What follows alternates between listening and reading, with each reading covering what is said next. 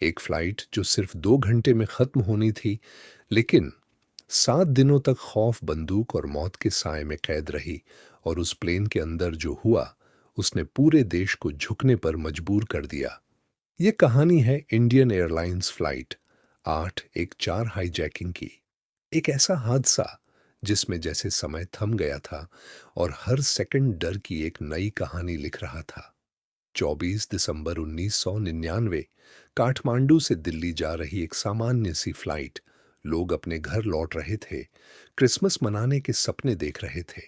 लेकिन उन्हें क्या पता था कि यह सफर उनकी जिंदगी का सबसे बड़ा डरावना अनुभव बनने वाला है।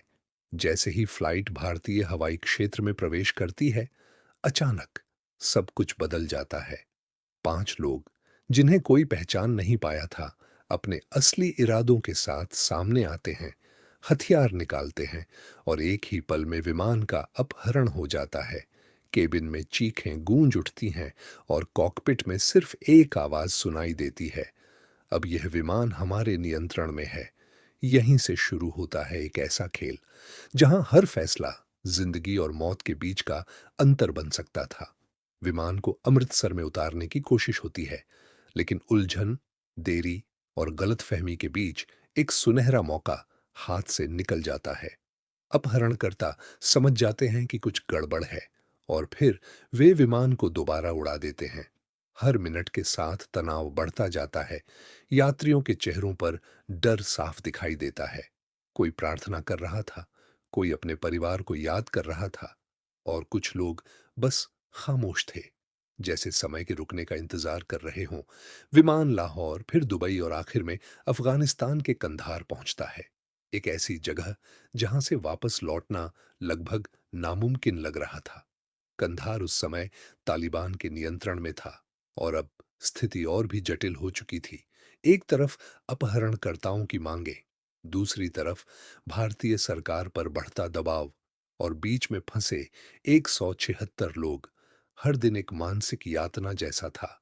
अपहरणकर्ताओं ने एक यात्री की हत्या कर दी, सिर्फ यह दिखाने के लिए कि वे मजाक नहीं कर रहे। यह सिर्फ एक अपहरण नहीं था, यह एक मनोवैज्ञानिक युद्ध था। देश के भीतर भी तनाव अपने चरम पर था। मीडिया, परिवार और सरकार, सभी के मन में एक ही सवाल था, क्या हम अपने लोगों को वापस ला पाएंगे? बातचीत शुरू होती है। हर शब्द बहुत सोच समझकर चुना जा रहा था, क्योंकि एक गलत फैसला और सब कुछ खत्म हो सकता था। आखिरकार अपहरणकर्ताओं की मांग सामने आती है, 3 खतरनाक आतंकवादियों को रिहा करना। यह सिर्फ एक समझौता नहीं था, यह एक नैतिक दुविधा थी। क्या कुछ लोगों की जान बचाने के लिए ऐसे लोगों को छोड़ देना सही है, जो भविष्य में और खून बहा सकते हैं? देश 2 हिस्सों में बंट गया, लेकिन समय बहुत कम था और विमान में बैठे लोगों की जिंदगी धीरे धीरे फिसल रही थी। 31 दिसंबर 1999, नए साल से एक दिन पहले, भारत एक ऐसा फैसला लेता है जो इतिहास में हमेशा याद रखा जाएगा। 3 आतंकवादियों को रिहा किया जाता है और बदले में IC 814 के यात्रियों को आजादी मिलती है। लोग विमान से बाहर आते हैं, रोते हुए, अपने परिवारों से मिलते हुए। लेकिन उनकी आंखों में एक सवाल बाकी रह जाता है, क्या यह जीत थी या एक समझौता? इस घटना ने सिर्फ उन 176 लोगों को नहीं बदला, इसने पूरे देश की सोच को बदल दिया। विमान सुरक्षा, आतंकवाद रोधी रणनीति और कूटनीति के नियम फिर से लिखे गए।